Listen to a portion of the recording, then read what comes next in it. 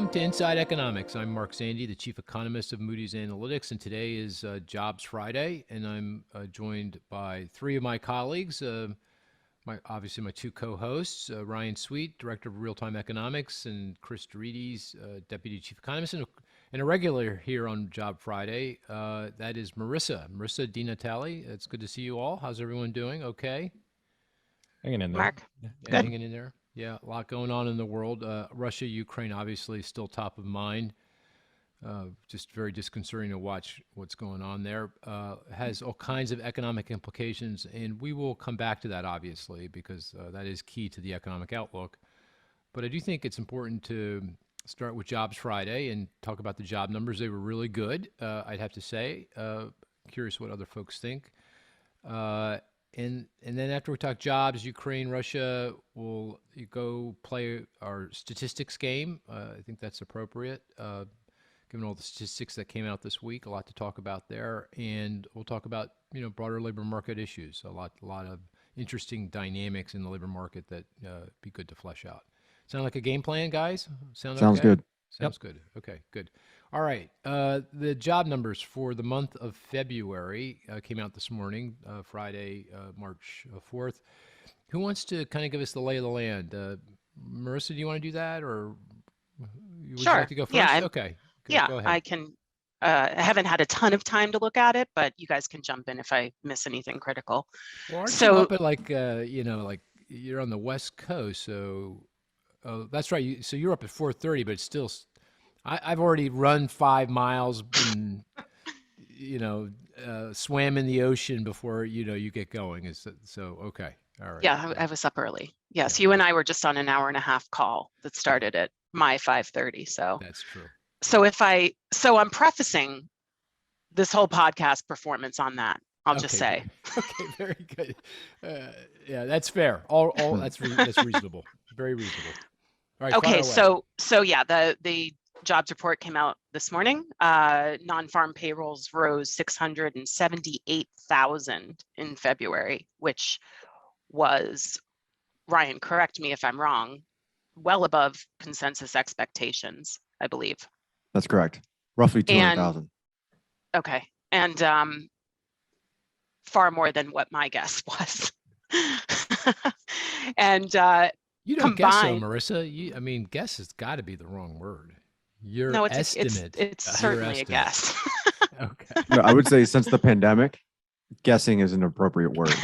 Okay. No model is really doing well picking this up. That's a reasonable point. Okay. Yeah. So it was a really strong report, and the revisions there were upward revisions to both January's number and December's number that added over 90,000 jobs combined, another 92,000 combined in those months. So very strong report. The unemployment rate, which is the other headline out of this report, fell 0.2 percentage point to 3.8%. So this is a new post-pandemic low on the unemployment rate. It was 3.4, right, going into the pandemic. So it's still not back down to that, but it's back down to where it was in early 2019.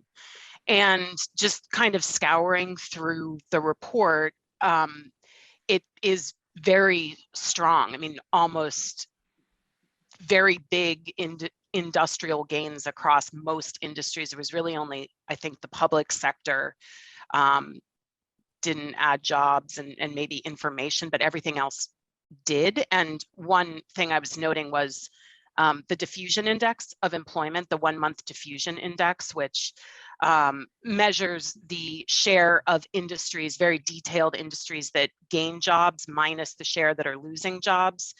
That was the highest 1-month reading that we've seen since the late 1990s expansion. By the way, did you see Ryan's face? I think that was I was wondering if maybe that was my back. When it comes to Jobs Friday, I have like tiers of numbers, but that one was definitely on my list. That jumped out to me. Yeah. So what was the diffusion index? The 1-month diffusion index? What was it? What percent? What was it, Ryan? Do you know the 76.6? 76.6. So yeah, over 3/4 of industries had a job gain. Wow. On net. Okay. The other portion of the report, the household data, was really strong. So I mentioned the unemployment rate fell 0.2 percentage point to 3.8%. A couple other things there. The participation rate rose. The participation rate for all workers rose 1/10 of a percentage point. The labor force rose 304,000 over the month. And if you look across unemployment rates for all demographic groups, they were down across the board. So men, women, Black, white, Asian, Hispanic, all fell. And also with educational attainment, the only exception there is people with some college or associate's degrees. The unemployment rate for them ticked up 0.2%, but for every other educational group, it was down. So really good overall report. Yeah, really good report. Ryan, any holes to fill in there? And I should ask, any blemishes, anything that, was not good in the report? I think the one thing people would say is a blemish is average hourly earnings, which caveat, it's not the greatest measure of wages. Not the greatest. I don't even I pay think it's pretty attention to close it, but worthless actually, but okay, fair enough. you said it. I didn't. I mean, Yeah. I always view it as worthless. I don't, Yeah. but Yeah. people are going to talk about it, and that average hourly earnings were basically unchanged between January and February. There's a couple of factors behind that are technical. So the payroll reference week, which includes the week of the 12th, didn't include the 15th. And when that happens, historically, average hourly earnings are weak. Also, the composition of job growth, very heavy in restaurants, leisure and hospitality. Those are typically lower paying industries that biases wage growth lower. And then also cost of living adjustments were a lot larger in January. And that kind of set us up for a strong January, weak February. So year over year, average hourly earnings are up 5.1%. So Still I very think strong, no matter how it's you a cut it. blemish that people are going to talk about, but it's not something that you and I aren't going to lose sleep over. Could it also be the case that we saw these minimum wage increases in January? January, yes. Yeah, so the seasonals it could really juice things up in January, so you might not get as much in February just because the seasonals obviously Exactly. don't reflect that. Mhm. Okay. Because I think a lot of states and municipalities across the country raised minimum wages in January, I think. We did. Is that, Yes. They did, yeah. Okay. I mean, Anything else I in the report? don't want to throw out numbers, but Yeah, we didn't talk about my favorite number. which Did you is see it? the number Prime of people EPOP. who are, oh yeah, right. Prime age employment to population ratio, folks that are 25 to 54. That's your best barometer of where we are relative to full employment. So what did that do? It went from 79.1 to 79.5. Oh, that's a big increase. That's a good. That's a impressive increase. And We got a threshold- ways to go. We can still get. You want to Yep. get to 80, right? I'm starting to think we got to get a little bit above 80. Yeah, We can get above 80. Your rule of thumb had been 80% is consistent with in a full employment economy. Because if you go back in previous business cycles, every time that's happened, it feels consistent with a full employment economy. Correct. But there's some evidence that, like the last business cycle, we were over 80 and we didn't quite get the wage pressures you normally typically see in a full Right. employment economy. So it could be a little higher than that. But no matter how you cut it, we're in hailing distance of full employment now. Yes. Mhm. Yeah. Okay. Yeah, very good. Cris, anything you want to call out in the report, good or bad? I agree. Generally positive. Really hard to find something that's negative. I guess one small thing to watch is the motor vehicles. Right, we did see some job losses in motor vehicle construction or manufacturing. Right, so that might be something that, as we talk about Ukraine, Russia, and supply chain effects, that might feed in. Yeah. And then just looking at the demographics, agree with Marisa. Lots of positive. You did see a large improvement in unemployment for folks with less than high school. But if you look at men versus women, women actually took a step back in terms of labor force participation and just the labor force size relative to men. So certainly that continues to underline this recession that has fallen harder on women versus men. I thought that the gap between men and women had, in terms of the performance in the pandemic, had largely closed. Clearly, women got nailed because they worked in healthcare, government, education, where women participation is high relative to male participation. But that had been coming back. No, do I have that wrong? They're still lagging? So looking at labor force, Okay. men are With the January report, with the February report, we are now up 600,000 in terms of the labor force for men, and then for women, it's still down about 1.2 million. Oh, okay. So That's still a big that's still a big difference. gap. I Yeah. got that wrong. Yeah, that's a big gap. Okay, I didn't realize that. Okay, in terms of labor force. Correct. In terms of employment, you do know what that You know, that is? was my next thing to check, but Oh yeah, okay. ran Yeah, out of because time. I just for some reason I thought they had been. I didn't think the gap had closed, but I think it was closing. But okay, maybe someone can take a look at some point, in the podcast because I'm really curious about that. Okay, anything else about the report you want to call out? Not before the game. Yeah. Okay, yeah, very good. Just a couple things for me. I do want to call out on the positive side the increase in hours worked. Right. That's another good sign. Up a Yeah. tenth, and that's not inconsequential. And that and also we saw a big increase in temp help. So both those indicators, temp help, hiring, and hours worked, is a indicator of future job creation. So we might see it does indicate that this job market is, coming into what Russia, Ukraine might do or not do to the labor market. It was coming into that very, very strong, very, very strong. The other thing I noticed is that the number of people who weren't working because of the pandemic, that it rose sharply in January as we thought it would. Omicron was at its peak at that point, but that came way back in the month of February. Yeah. Okay.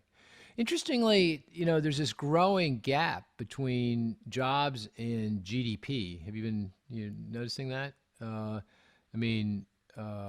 That's you can see it in the productivity numbers for the fourth quarter. Yep. So output per employee is essentially productivity, and that took a big jump in the fourth quarter. And year over year, so it abstracts from the quarterly movements, non-farm business is close to 2%. It feels like that underlying productivity growth is actually probably closing in, if not at 2%. Do you guys disagree with that? Which, by the way, that's a big change from where we were. If you go back, like in the mid part of the last decade, productivity growth was half this. Underlying productivity growth was 1% if we were lucky. At best, yeah. At best, and now we're 2%. And by the way, 2% is the average rate of productivity growth since World War II. So if you go back and calculate over the last 60 years or so, is it 60 or 70 years, it's just about 2% on the nose. So we're kind of back to typical kind of rates of productivity gains, which,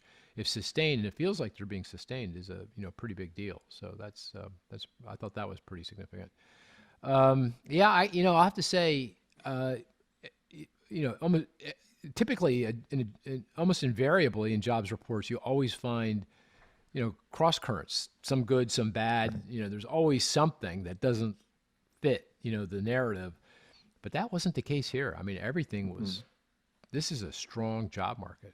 So almost to the point where you've got to start worrying about, you mentioned full employment, that, we can't sustain this kind of job growth for, certainly not through the year. I don't think we can, if we get 500,000 jobs per month on average, like we did last year in 2022, the unemployment's going to be 3%, south of 3% by the end of the year. It feels like, even with an improvement. Nothing wrong with that. But isn't that an overheating economy? Isn't that, what would the Fed do with that? The Fed's going to be normalizing They'll freak rates. out, but yeah.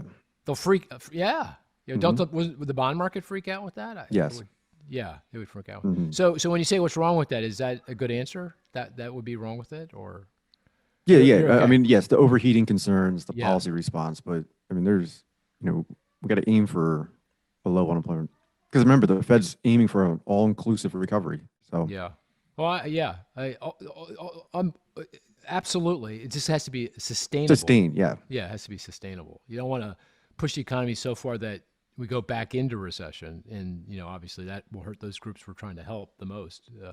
So The only way we get 500,000 on average is if labor supply continues to increase. That's the key. It's not a demand. Like in normal recoveries, it's Right. usually labor demand that drives the job market. This time it's labor supply. I don't know about that. I'm not sure I agree with that. Labor demand is very, very significant, right?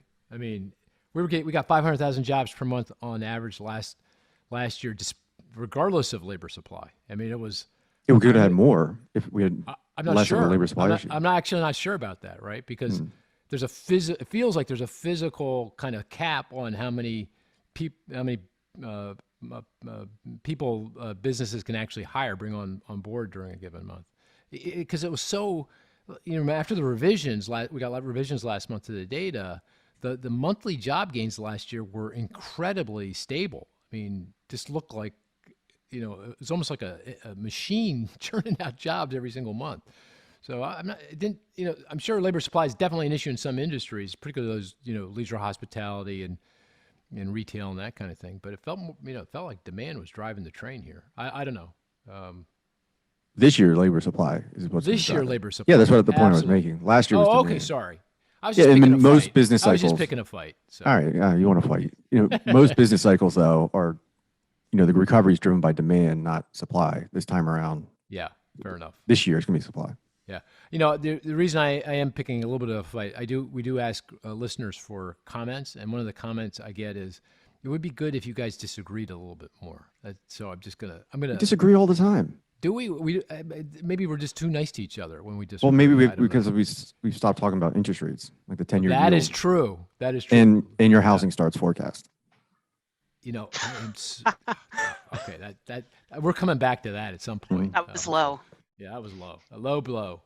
But by the way, what is I said average housing starts. This is a digression, I know, but just to make sure that we're on the same page. In 2021 and 2022, the average housing starts would be per annum 1.7 million. Is that right? Is that 1.75? I said one. Oh, I did say 1.75. I'm pretty sure. Oh, okay. All right. Well, I'll stick to my 1.75. And last year we got 1.6. Yeah. So we need like a 1.85 or something, 1.9, almost over 1.9, don't we? Mhm. Well, Not going to quite happen. not going. Yeah, because of the supply side. Yeah. Yep. All right. Well, we'll see. We'll see. The shadow housing starts would have Oh, been here we go. 1.9. All right. All right. Fair enough. Make up your own statistic if you Yeah. can. Well, okay. Yeah. All right. Okay. So, anything else on the jobs numbers that anyone else wants to bring up? Anything else? I thought you brought up an interesting point about the disconnect between the employment data and GDP. Yeah. I mean, there's something I always look at as Ogun's law, the relationship between GDP growth and the unemployment rate. When there's a discrepancy, people like to bash Ogun's law. They say, "Oh, it's broken down." GDP revisions always realign it. So, if anything, GDP is likely going to get revised higher to be more consistent with the labor market data. Interesting point. Yeah, because the employment data got revised, their benchmark revision to actual unemployment insurance data last month, and you're saying the GDP, that comes out in August, the revision, August, I yep. believe. Yeah. You're saying that likely will get revised up. Interesting. By the way, we've been doing these, most of these data deep dives. We talked about the jobs numbers in detail. We're going to do GDP next. I don't know. Yeah, I listened to your CPI one. Oh, did we do CPI? I thought we did jobs. Or did we do CPI. No, You did we did CPI. CPI? Oh, okay. So we got to do jobs too then. Okay. All right. Okay. Let's turn to what's top of mind, obviously, and critical to the outlook is what's going on in Russia and Ukraine, the invasion of Ukraine by Russia. And of course, these job numbers we got today for the month of February were before all of this mess really, got going. What do you think? How big a deal do you think the Russian invasion is going to be to the job market, going forward, and to the broader economy here in the United States? Anyone want to take a crack at that? We've been talking a lot about this. We've had a couple podcasts on this already. We've had a webinar. We're going to have another one next week. So a lot of discussion. But in the context of today's job numbers, how worried should we be about Russia, Ukraine? Is that going to have an impact on the jobs numbers or the economy more broadly? Marisa, do you have a view? I can go first. Okay, yeah. Well, Cris mentioned the auto manufacturing sector, and that had lost 18,000 jobs just in February, and this is before the invasion. That's kind of one of the two obvious ones that stick out to me that could be impacted by supply chain issues, although it's not clear to me. That's clearly happening in Europe already, that automakers in Europe are being impacted by the lack of or supply chain issues around metals that go into autos. I don't know if we are dependent on, if our automakers in the US are dependent on the same kind of supply chain that European automakers are. Certainly, rising oil prices is the other transmission of this. That could go two ways. I mean, I actually would expect maybe more shale production to kick in the US as oil prices go higher here, and it makes it actually profitable to extract very expensive oil out of the ground. So we could see a bump in oil production here. But it could be damaging to the auto sector, not only because of supply chain issues, but also if oil prices, remain above $100 a barrel, it could kill demand for certain types of vehicles at least. And then there's obviously the confidence, right? Just if you continue to see corrections in the stock market and people are just generally worried, it could maybe have some secondary effects of pulling back on hiring, but we certainly don't see any evidence of that. And if anything, it seems like employers are just trying to hoard as much labor as they can because the job market is so tight. Yeah, let's pick that apart. So you outlined of three channels through which Russia-Ukraine could affect the economy. Let's lead with that because that I think is the most important. Second, supply chains, and you kind of focused on the impact on the vehicle industry because that obviously was an industry that got very disrupted when Delta hit and shut down chip production. And Russia does, and Ukraine produce things that go into the chip manufacturing process that could reverberate around the world. And as you said, in Europe, there are a number of European vehicle makers that get other parts from factories in Ukraine and they can't get them, like Volkswagen, I believe is right. An example of that. That was in the Wall Street Journal or FT. And then the third channel was through sentiment, and that can be reflected through the stock market. So let's take each one of those in turn. And I think that's a pretty good summary of the key. There's lots of other channels that are I think less significant, but those are three key ones.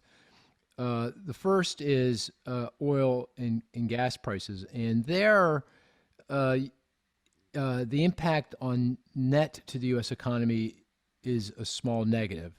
Ryan, I know you've done a lot of simulations of our global model to try to assess that impact, that small negative impact. Can you describe those results and maybe give a little more granularity around how that works and how it impacts our economy? Yeah. So what I did is I ran two, which at the time were hypothetical scenarios. One where West Texas intermediate oil prices averaged $100 per barrel this quarter and next, and then reverted back to our baseline forecast. Typically, that's what you see when oil supply shocks. It's several months. It's not just really quick. And then did one where it's $150 per barrel on average. So in the first scenario where we average 100, which we're currently above that right now, it shaves a couple tenths of a percentage point off GDP growth this year, but the economic costs increase quite significantly as you go from 100 to 150, and it really bites into consumer spending. But that's offset by an increase in business investment, like Marisa pointed out, more shale production, investment in mining shafts and wells. That's going to offset some of the hit to consumer spending. So when you net it all out, it's going to sting, but it's not going to derail the recovery. So, okay. So oil before this mess was, say, as measured by West Texas Intermediate or Brent, was $75-$80. And now I looked this morning, we were over 110, I believe, 113. 115 for Brent. Brent for 115. Mm-hmm. But you're saying if we kind of settle in, and obviously that's a risk premium built into price. Correct. In anticipation of a potential disruption to supply, which hasn't happened yet, but it could. But let's say we don't, actually see a disruption and the risk premium comes in a little bit and you settle in around $100 a barrel, which is kind of sort of close to our kind of baseline view of how this is all going to play out. You're saying that for the U.S. economy, that shaves a tenth or two off of GDP growth in calendar year 2022, something like that. Yeah, a couple times. Yep. Couple Because times. there's a hit to spending, but the model is not going to capture the 2.6 trillion dollars we have in excess savings. So there's a little bit of a cushion there for consumers, but it does pick up the boost to business investment in energy related segments. Right. So prices for oil go up, gas prices go up. That hits real income, meaning if I have to shell out more money to fill my gas tank, I have less to spend on everything else. So particularly lower income households that don't have much of that cash cushion you just talked about would probably have to pull back a bit on their spending, at least relative to what it would have been. That's a clear negative, for those groups, obviously, and then for the economy. But the higher prices means that these frackers, shale companies can make a boatload of money. They are ramping. You could see they were ramping up before all this. The rigs out there in operation. That's going to now take off, and it increases activity. And the net of all of that is a small negative for the economy. But you're saying if we get into, for whatever reason, a darker scenario here, and prices go to $150 per barrel, which would be a new. I think the all-time high. I think it was 140, wasn't it? Maybe on a quarterly basis, maybe on a daily basis, it got to 150 back during the financial crisis.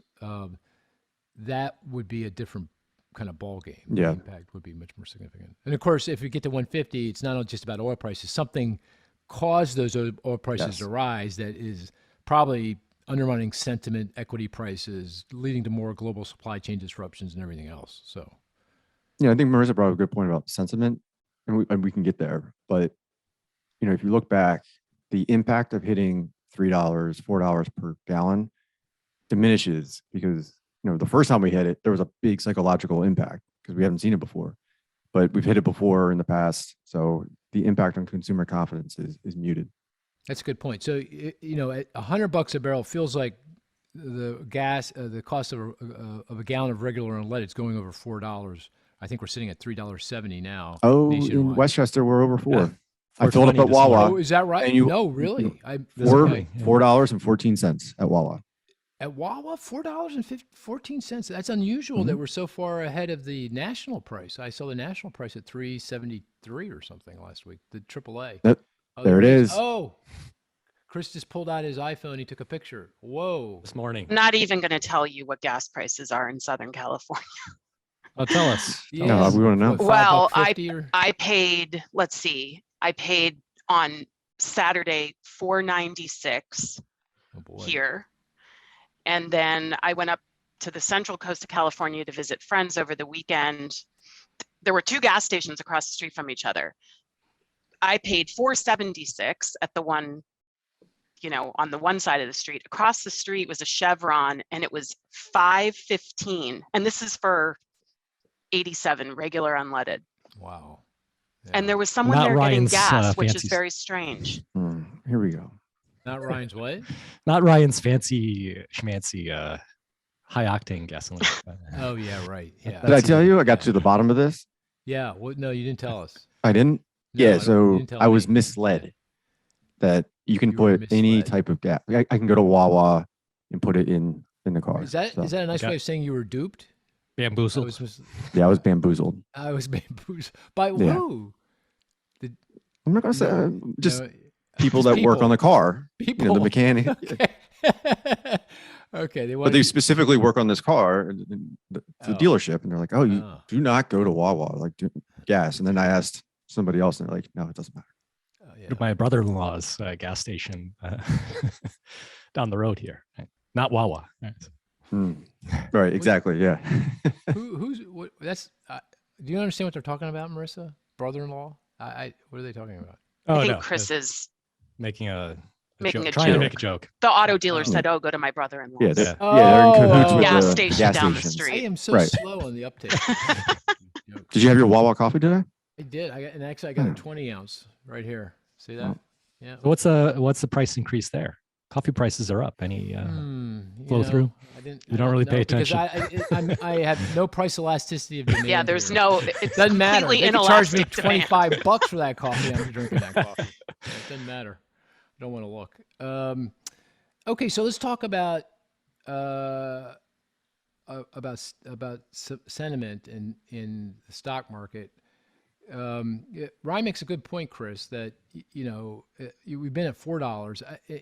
We're going to go there now. It feels like with $100 barrel oil. If we get to 150, then that means at least, well, that's 550, something like that. If you kind of do the back of the envelope calculation per gallon, that feels pretty scary. At least in terms of what it means for. And you in California will be paying $8, for a gallon of gasoline. Yeah, I mean, I can't even imagine. Oh, by the way, I looked up the previous high in, July of 2008 was 146. Yeah. Okay. 145.66. Yeah. Yeah. And that's WTI, not Brent. Yeah, and Brent's usually A little higher. $3, $4, Higher, $5 yeah. higher, just because. So, Chris, any comments about that? I mean, what it means for the, I'll tell you one thing that surprised me a little bit on the equity market, at least so far, the stock market, is that, some days it's up, some days it's down. And when I say up or down, a big up, A lot. big down. And actually intraday, because I look intraday, the swings are massive. And it's like this pitched battle between the bulls and the bears, it feels like, at times. But yet, when you look through the volatility, I think stock prices today are not that much different than they were a week or two ago. They maybe today they're down a little bit, but they're not that much different. So I think the stock market or investors are kind of where we are, that so far at least, this isn't going to be that big a deal for the economy, I think. Is that consistent with your thinking, Chris? And how big a deal do you think the stock market is in terms of overall the economy, consumer spending, the economy, and the prospects for growth? I think it's a big deal. First, I'll push against Ryan's claim that 420 oil doesn't, or 420 gas doesn't matter.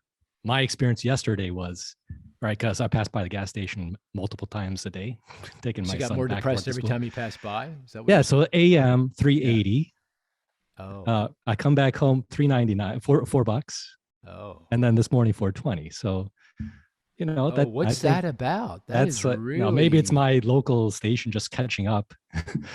But it was really within a day. You saw this significant jump, and it was changing throughout the day. So I think that wears on consumers much more than. Yeah, Right. sure, we've been at $4 before, but we haven't been there for a while. And if seeing that That's a good point. acceleration, I think that is going to have an effect on people's behavior and spending patterns going forward, if it continues, certainly. And then the stock market. Oh, go ahead. Oh, go ahead. Yeah. No, go ahead. Before you go to the stock market, on Yeah. that point, I argue, and I'm curious whether you think this is a reasonable argument, that gasoline prices play an outsized role in people's thinking about future inflation. And they literally forecast with a ruler, meaning they take the price they just saw, they remember the price they saw the last time they looked. And in the case of you, it went up a lot. Yeah. And then if they can think back one more time, they'll take that data point, and then you got 2-3 data points. You just draw a line through that. And then you look out into the future. And of course, no one's doing this on a piece of paper. They're doing it in their mind, as they're doing everything else. Yeah. And they say, oh my gosh, I'm going to be paying, a lot higher prices. Therefore, their inflation expectations start to rise. And that's when we get into a big, that's when things, really can go off the rails, because that's interest rates, that's monetary policy, and everything else. Yeah. And you're seeing that there, and you're seeing it at the grocery store too, right? At grocery Food store prices too. are rising rapidly as well. So Yeah. I think the confidence I don't think this is a normal shock either. So I worry that this is going to have a bigger bite than what we might expect based on previous data. And But the same goes important with, yeah, go ahead. I was just going to push back that the relationship between confidence and spending in the short run is very, very loose. So, people can say that, they're pessimistic, but they'll continue to go out and spend.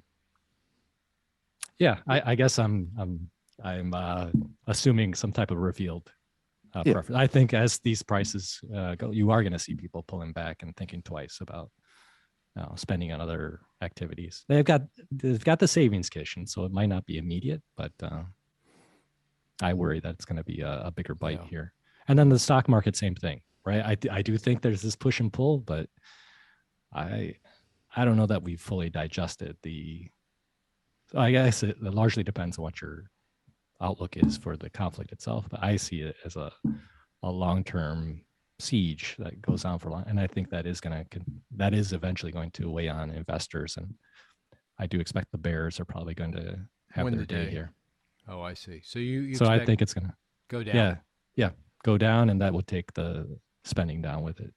Right. So you're kind of painting a picture. Our model would say GDP, $100 oil, GDP declines 0.2% compared to what it would have been otherwise. You're saying it feels like in the circumstances that we are in today, given everything that's going on, it's going to be more, meaningfully more than that.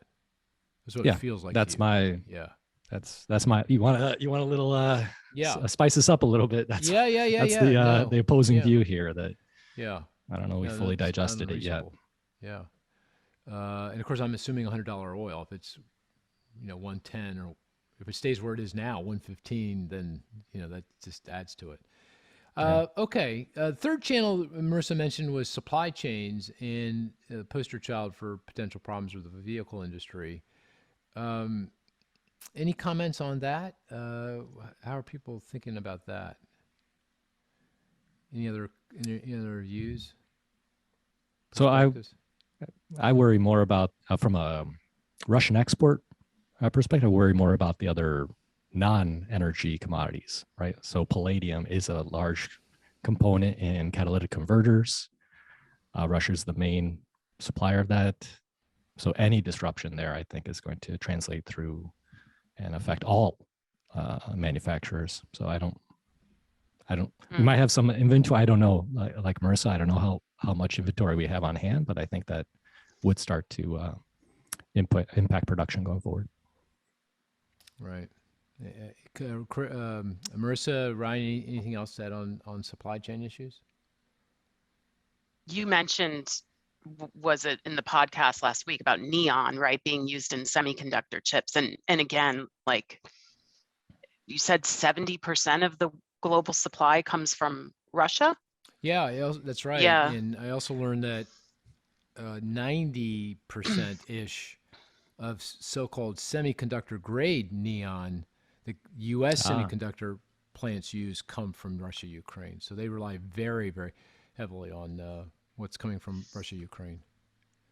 And interestingly enough, I always say Russia, Ukraine because apparently the neon is produced as a byproduct of steel production, and many Russian factories, steel factories, capture the neon that is produced, and then they ship it to Ukraine, where it's processed into something that can be used.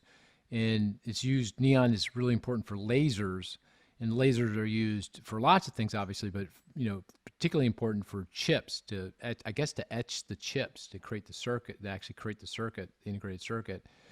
And of course, the chips go everywhere, and key to the vehicle industry. So that's why it's so important. And it turns out that retrofitting steel factories to capture the neon is not all that easy. Right. It's a process. It takes some energy and time and investment.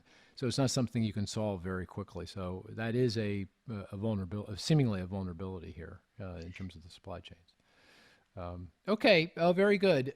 Any other channels we should be? I mean, there are many, I guess, to think about. But any other things that you think it's one of those?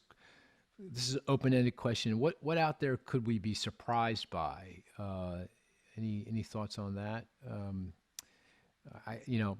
Not that I expect that there would be any, but I'm just throwing it out there just in case anyone thinks there's something else we should be thinking about here. In relation to the labor market, or no, Russia, just in Ukraine, general? Russia. and But the just impact. okay, any impact. Okay. Any impact, yeah. Go ahead, Marisa. I was just going to say what China does. I mean, there's the sort of how this is going to affect our other trading partners in the world. Obviously, this has a huge impact on Europe, but China's sort of the big question mark, right, of they're going to stick to the side of Russia. And I don't know. Yeah. That's a outstanding question in my mind. Yeah. Yeah. Clearly, that's the most important economic relationship on the planet, U.S.-China. That's been pretty vexed.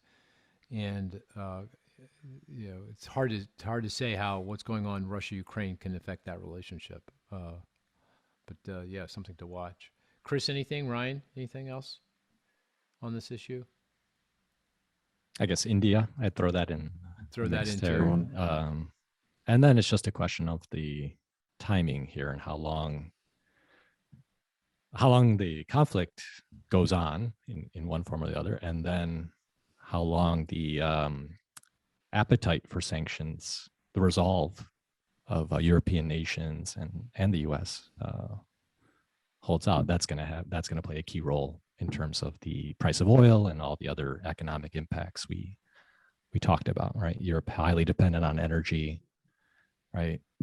Already, even before the conflict, prices were high for consumers if they're paying even larger amounts for their utility bills, right? Yeah. You have to wonder what the outlook is going to be. Yeah.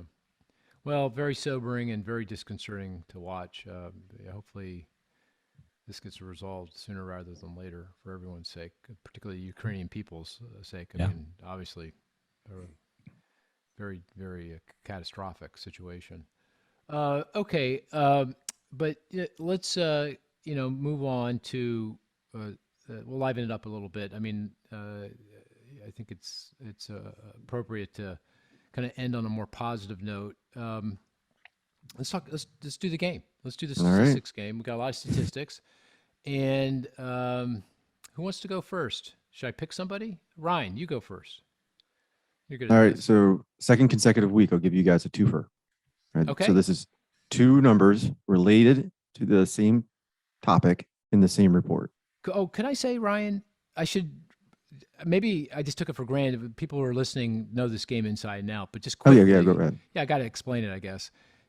This is a statistics game. The best, so each of us put out a statistics. The rest of us try to figure out what that is through questioning, deductive reasoning. The best statistic is one that is not so easy that it's a slam dunk, not so hard that no one's ever going to get it. And it would be very nice if it's related to statistics that came out this week and to the topic at hand, in this case, labor market. But we've already talked a lot about the labor market, so you don't necessarily have to do that. So with that as a preface, Ryan, go ahead. All right. Here are your twofer. two numbers. Yep. 1.573 million. Okay. And the second one is 4.2 million.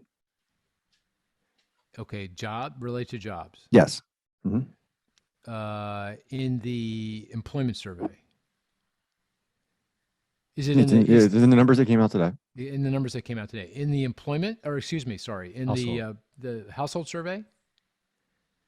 Yes, the households. Well, one's a household survey. The other one is The payroll survey? it's in the write-up. Related. It's what? It's in the write-up. Yeah, I don't actually know where, if it's household or. Oh, that's. Oh. I think it would be household. Yeah. Oh, is the 4 million part-time for economic reasons? It is not. That's close though. It's one of I those think it's- statistics. Yeah. Right. It's actually 4.1 million. It's 4 something, right? Yeah. 4.1. It's not the 4.2 I'm thinking. Oh well. Okay. But that's a good guess, Marisa. No, that's a good one. Yeah. That's a half a cowbell at least. Oh yeah, speaking of the cow, all right, you guys keep Oh debating. no, he doesn't have the cowbell. I got it over here. I actually see two of them over there. Yeah. Yeah. Yeah. There he goes. So 4.2, and he was very precise. I mean, maybe there's some information in the fact that he said 1.5371 or something. 1.573. So for 1.57. context, Yeah. normally in February it'd be around 1 million, 1.1 million. Oh. You want another hint? Is this the is it seasonally? You said it was in the household survey though. Yeah. I'll give you a hint. Yeah. Give us a hint. It's a strong sign that Omicron's grip on the labor market is easing. Oh, is it the number of people with a job not at work Because of sickness? correct. Oh, so it was at 4.2 and now it's 1.57. No, 1.573 million is the number of people that were employed but not at work because of own illness. Okay, so 4.2 million is something Something else. totally different. Something else. It's related to It's got to be Omicron. related. Yeah. Okay. Number We've of talked people about- working at home because of Omicron. Ooh, that's another excellent guess. Close, but no. I don't You know. talked about it before on the podcast. Do you know? This is Chris? right up your alley, Mark. No. This is one number you always ask about. I do. I always ask about this number. This is not. I don't know. What is it? It is the number of people that were unable to work because of the pandemic, down from 6 million in January. I get confused with because there's a lot of seems like. So this is like business closures or reduced hours. Okay. This is like a okay. more comprehensive Yeah, measure, not just people that are comprehensive sick. measure, It's, your company closed down or they cut your hours a lot, so you weren't able to work. Oh, so the 1.57 is the number of people who couldn't work because they were sick, Correct. and the 4.2 million includes those folks, but also, or I don't know if it does. Oh, The 4.2 million is the special COVID questions that they're asking, okay. specifically about COVID. The 1.5, they've Is always COVID asked that. Is illness. It could be illness for general. any reason. I Yeah. see, That's why you always see. look at past February's, Mm. just because like this is kind of flu season, so you Right. got that on top of Yeah. the pandemic. So Oh, okay, so I'm sorry because I had a hard time getting my mind around the number what we're measuring, but the 1.57, what is that typically in February? 1 to 1 million? 1.1 million. Okay, so we're about 400K above, 400 or 500K Correct. above, and the 4.2 million. Well, of course, that's COVID related, and that's businesses that are closed or disrupted. And that what is that down from 6 million in January. in Omicron? So that's Omicron. That's it. Yeah, right. Okay. And we never figured out why Omicron didn't show up in the top line employment gain, right? I mean, we never really figured that out. Just Well, we were hypothesizing. I think Chris and I, maybe Marissa, we were going back and forth that right around the timing of the payroll survey in January, the CDC reduced the quarantining period from I think it was 10 days to 5 days. that's So right. I think that left a mark, like that, or limited the impact of Omicron Yep. compared to Delta. Yeah, yeah. Because that made it more likely that the person, even if they got sick, Went to work. They went to work. Or at least got an Eventually. hour. At least Yeah. got an hour in. And that's the threshold. You just have to work Yeah. 1 hour. Right. Okay. Got it. Okay. Marissa, but your statistic. Okay, first I'll say Chris scooped my statistic that I picked. He didn't Oh. exactly say it, but he talked about it. So I'd like to come back to it. We could delve into it a little bit more. My statistic was female labor force participation, which was That's a good one. 56.6 over in February, and that was down 0.2 percentage point. Oh, does this mean we're not playing the game? Yeah, we was it are. good? I have another one. I have another Oh, one. okay. I have another I was one. looking forward to the game. I'm just saying we can come back to that because it's a good conversation. And you Okay. asked about the gap All right. between Oh, men got and it. women. Okay, got Yep. it. So my statistic is 48.5. And you're sure it's positive. Oh. Mhm. We never forget, Marissa. Side I'm joke. sure it's Yeah. positive. Yeah. All right. Marissa tends to just miss the minus signs before numbers. Yeah, every once in a while. All right. So Minor what was it detail. again? It was 48.5 in February. 48 point, and it was related to the jobs It was an employment report. No. No. Oh, okay. Is it Oh. related to jobs? Yes. Okay. NFIB. Did it come out this week? Yes. Oh, okay. Is I it thought you was guys it would in get the this right off the bat. was it in the ISM surveys? Is it the Yep. So it's the employment measure in the I think it was non Manufacturing. Yeah. But- Yeah. services. I mean, Right. Yeah. Yeah. So it's the Employment Diffusion Index and the ISM non-manufacturing survey, which is Hold it. Often I a got pretty- that. yeah, you did. You guys. got it. Yes. Yeah. Okay, Yeah. there you go. There And you I got go. it pretty fast too. Did you Yeah. see that? Yeah. Okay. Can I get a cowbell for the 1.57 million that I No. said? No, Why? Oh, Okay, she can. She can. Okay, she can. you gotta- My natural so reaction is stingy to with say the no. cowbell. Yeah. We need more cowbell. yeah. So okay, ISM purchasing Non-manufacturing. managers, they have this Mhm. survey that comes out every month for manufacturing and also for the non-manufacturing sector. Now, came out. they asked questions around employment. And it came out at 48.5, which is below 50. Yes, it's How do you interpret so that?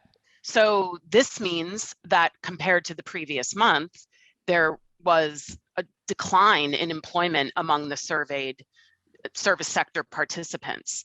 And if you delve into the commentary in the report, it was pretty interesting because all the comments were around, we can't hire anybody, we're trying to hire people, we can't find people. This is pervasive across manufacturing, it's pervasive across service sectors. So it looks like, it's not that anyone's getting laid off, right? It's just that hiring has slowed because it's just becoming so tight, it's difficult to find people.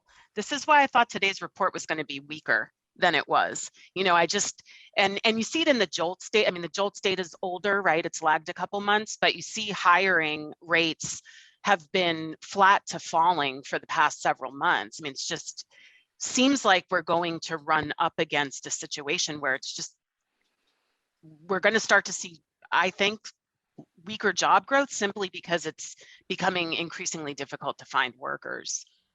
And this is the first sub 50 reading on this index since July of 2021, when it dipped right below 50, but it's the lowest since August of 2020. That's interesting. And do you know what is the question the purchasing managers are actually answering? Did you add to payrolls last month? Yeah, I believe, and Ryan, you may know this better than I, but I believe what they do is they look at the change over the month in employment among all of the respondents. Right. Is that and right? it's relative to the prior month. Yeah.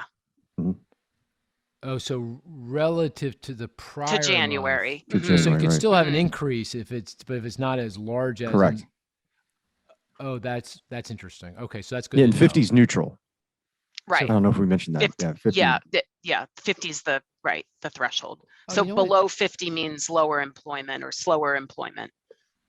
Yeah, I never actually thought about it. I thought the 50 was if I'm below 50, I'm actually reducing payrolls, but it's not that. You're saying it's I added less than I added last month. Is that Correct. right? Oh, okay. For some reason I didn't know that. And the ISM puts in there what exactly the index reading has to be that's consistent with either an increase or a decrease in employment. Oh, really? So do you know what it is? Not off the top of my head, and you can do it. We've done it econometrically, and I mean the warning to Marissa is that the ISMs aren't great at forecasting BLS's employment numbers. Right, but still, that's interesting. And you ascribe the soft number, although it could be a strong number. It's just not as strong as what was in January. But you ascribe that to labor supply issues, not going back to Ryan's point earlier, that it's supply, not demand. Yeah. Okay. Because they solicit comments from the respondents, and it's all about there were a supply. lot of comments about being unable to find sufficient number of people. Well, it stands to reason, right? I mean, at 3.8% unemployment, the employment to population ratio is closing at 79.5. Labor force participation's improved quite a bit. At some point, and you're creating a lot of jobs. So at some point, You run out. it's just going to run out. Literally going to run out of people to hire. Yeah. Okay. Okay. Good. That was a good one. A good one. Yeah, it was really good, Cris, and it's really good because I got it. So great satisfaction. That's All right, Most let's see. important criteria. Go ahead, Cris. Let's see if you get this one. 39.1%. 39.1%. Is it related to jobs? Yes. Was it in the employment report? Employment, yeah. The BLS employment report. Okay. Was it? Is it in the household survey? Yes. Okay. It's 39.1%. Yes. Okay. Are we going? Is this a calculation you did? Yeah. No, it is not. It is reported. It's a It is reported actually number. reported. Okay.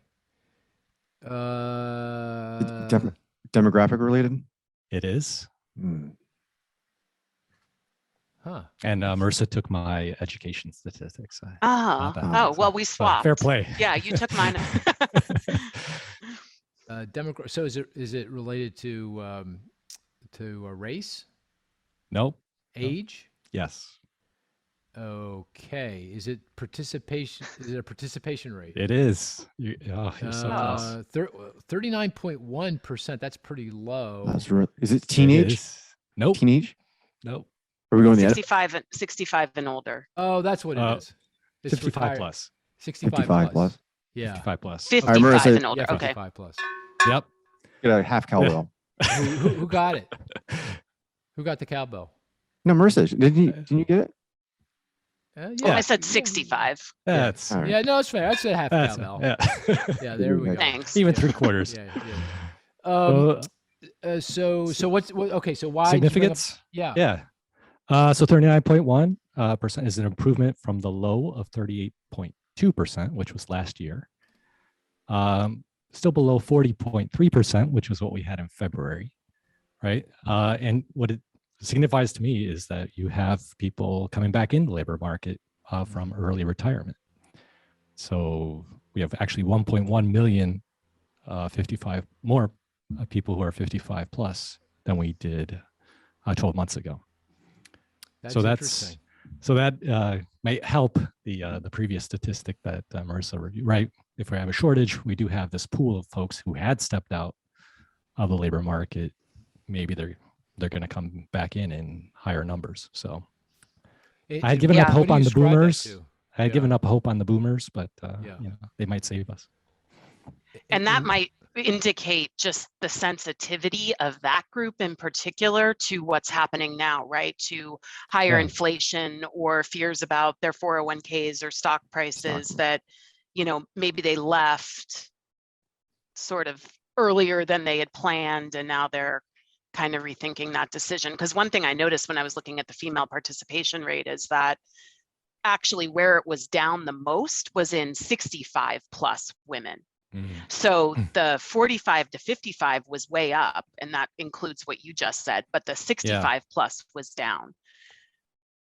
Yeah. I also wonder if it's a small business effect here that, we had that big spike in entrepreneurship. Maybe folks tried it for a while, but the labor market is improving. So it's more advantageous to come back in. So I don't know, it's a theory, but Well, it's encouraging that we're getting some the folks household back. survey is based on a small sample of households, so it can be volatile month to month. Are you observing that this is something you've seen in recent months? It's not a month; it's a past several months or something. That's right. It's been it's been steadily increasing over the last year, right? It's over the last year. Yeah. Okay. The bottom was 38.2% last March, and it's I been see. increasing steadily since then. So I missed that. Okay.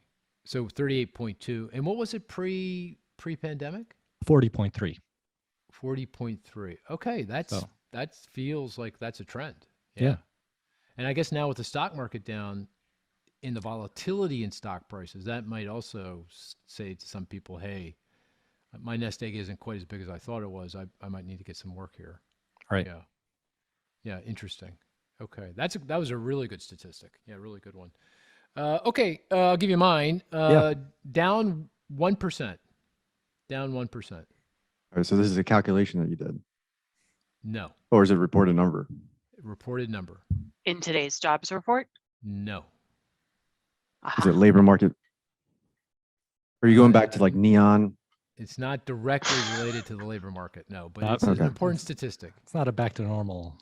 No back to normal index. Copper prices, lumber prices. those Oh, are- lumber prices are up a lot. A lot. Yeah, they are. They are. It's a good thing you started your construction on your home, Marissa. Yeah, great. No, I'm saying About to build a no. deck. Yeah. Yeah, although I'm sure they put a clause in there that they could. Yeah, raise right. Right. Exactly. All right, Okay, so- that was Kind of Kinda- labor market that was for related, the- you said? that was for the month of January, so it's a little bit lagged. I'll give you the month of December, minus 0.2. Oh, I should know this. I wrote it. Yeah. Oh. I calculated it. Yeah. What is it? I'll let the other two. The other try two do guess it. Okay. Well, you will hurt my feelings significantly if you can't get this number. In November, it was minus 0.4 or minus 0.35 to be precise. Okay, I'll go back one more month. In Monthly October, it was up 1.8%. Here's a big hint. Not many places have this. We're not We're very unique. unique. Oh, it's the back to normal. Is it back to normal? No, not back to normal. Yeah. Well, no. monthly GDP. Monthly There you go. GDP, monthly Oh. GDP, which if you look at we calculate GDP on a monthly basis based on all the statistics. Ryan does this, and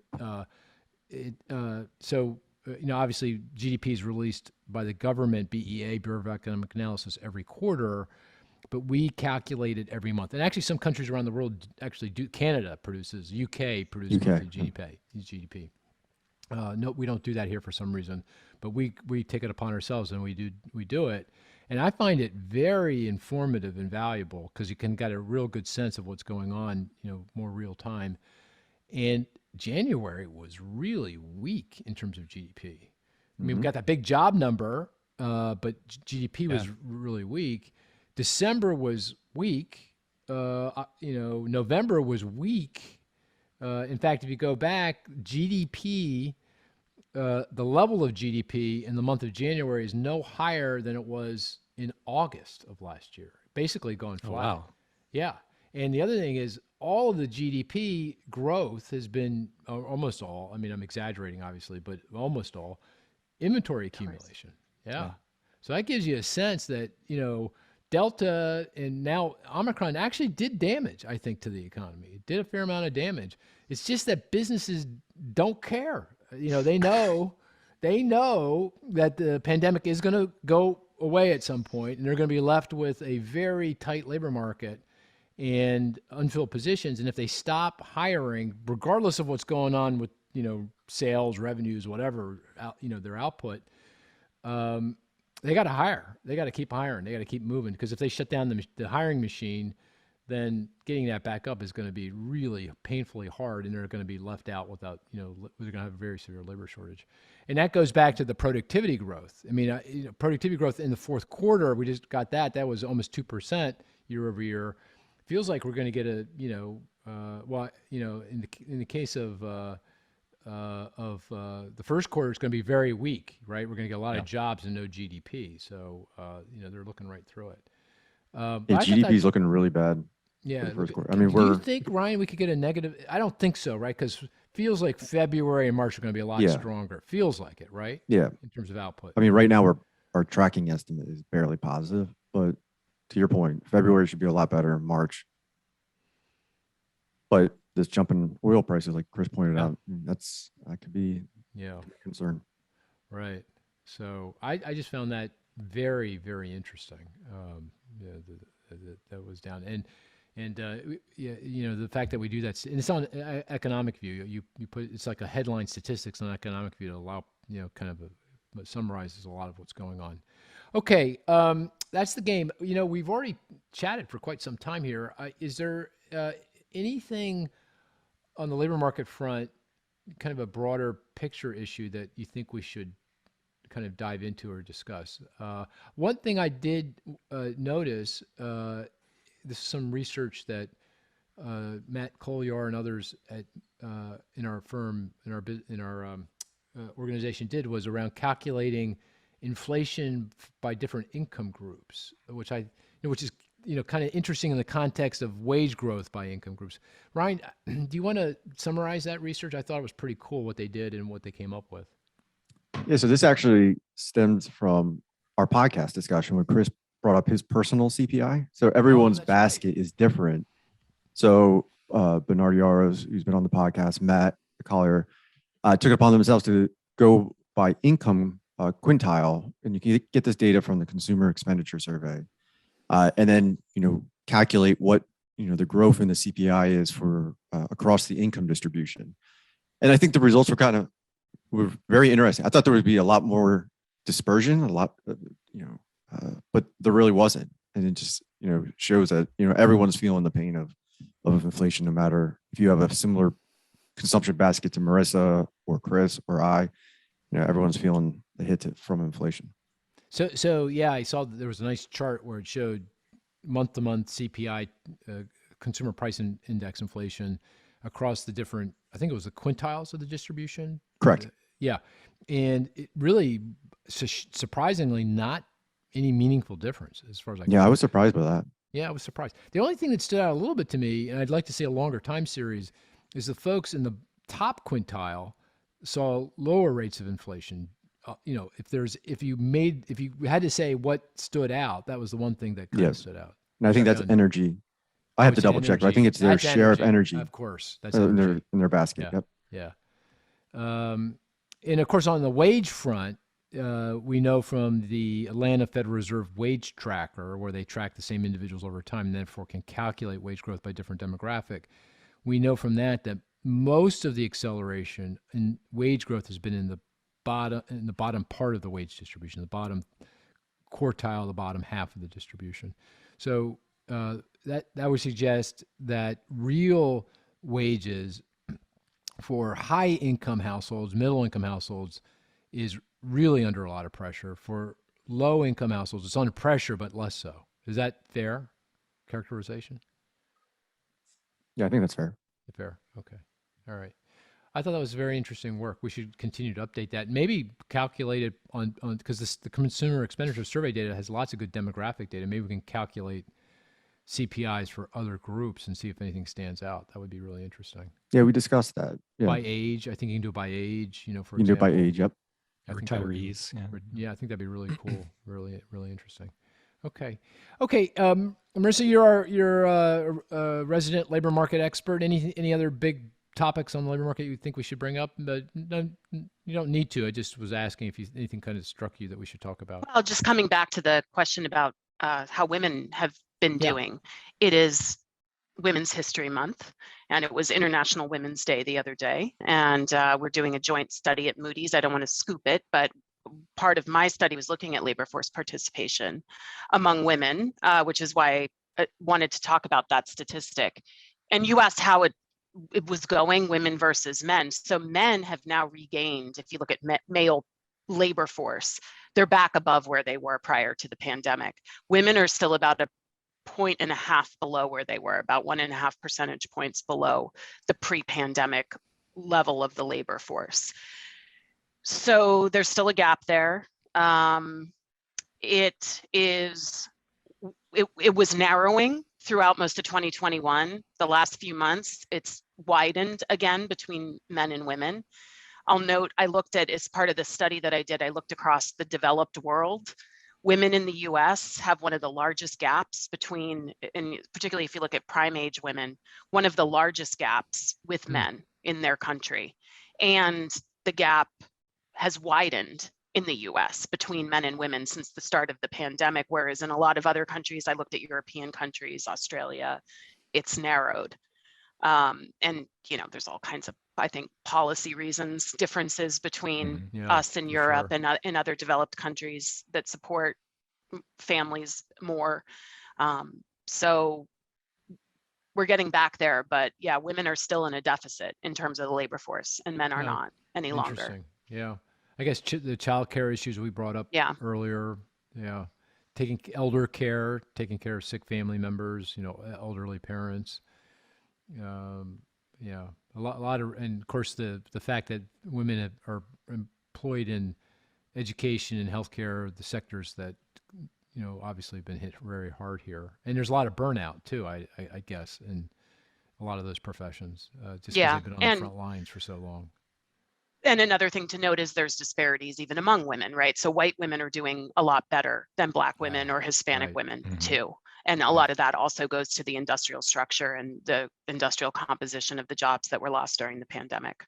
Yeah, and who's really on the front lines. Let's just keep watching that every month, to see what's going on there, because I think that's an important issue and critical to Ryan's point that, we want a labor market that when it gets back, it's inclusive, that everyone, gets back. So not quite there yet. Okay, very good. I think we're going to call this a podcast. A lot going on. At Mark Zandy. There it is. There it is. Ryan, what's your handle? At realtime_econ. And I know I've been noticing Ryan's been tweeting a lot, so he's really into this. That's good. Marissa, are you on Twitter? Yeah, but not in an official capacity. Can I ask, are you following me, Marissa? I am following you and I'm Okay, following thank goodness. Ryan. Yeah, No problem. of course. Mark, I noticed that you're following Wawa. You I know. are? I am following Wawa. Wait, Are you Wawa has a kidding me? Twitter? Wawa has a Twitter. Oh, Yeah. Although I haven't noticed any tweets from them. They must be tweeting, but I missed it somehow. They're busy hiking gas and coffee prices.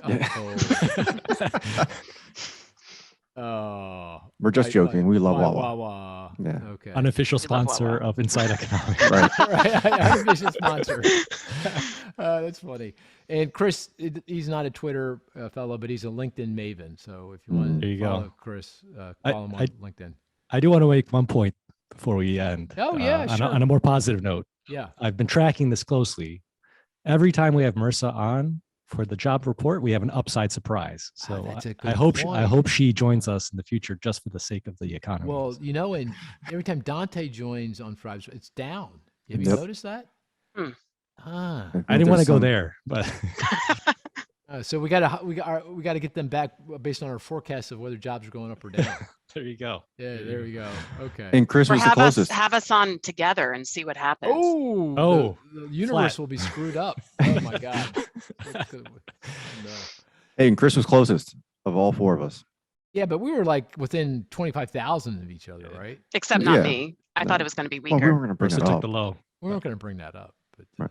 yeah, I think we're like all around 500K, something like that. Pretty close, but Yeah. Strong job numbers. Okay, very good. And again, any comments, suggestions, very helpful. We do listen. Go to economy.com, let us know. And with that, we'll call this a podcast. Take care, everyone.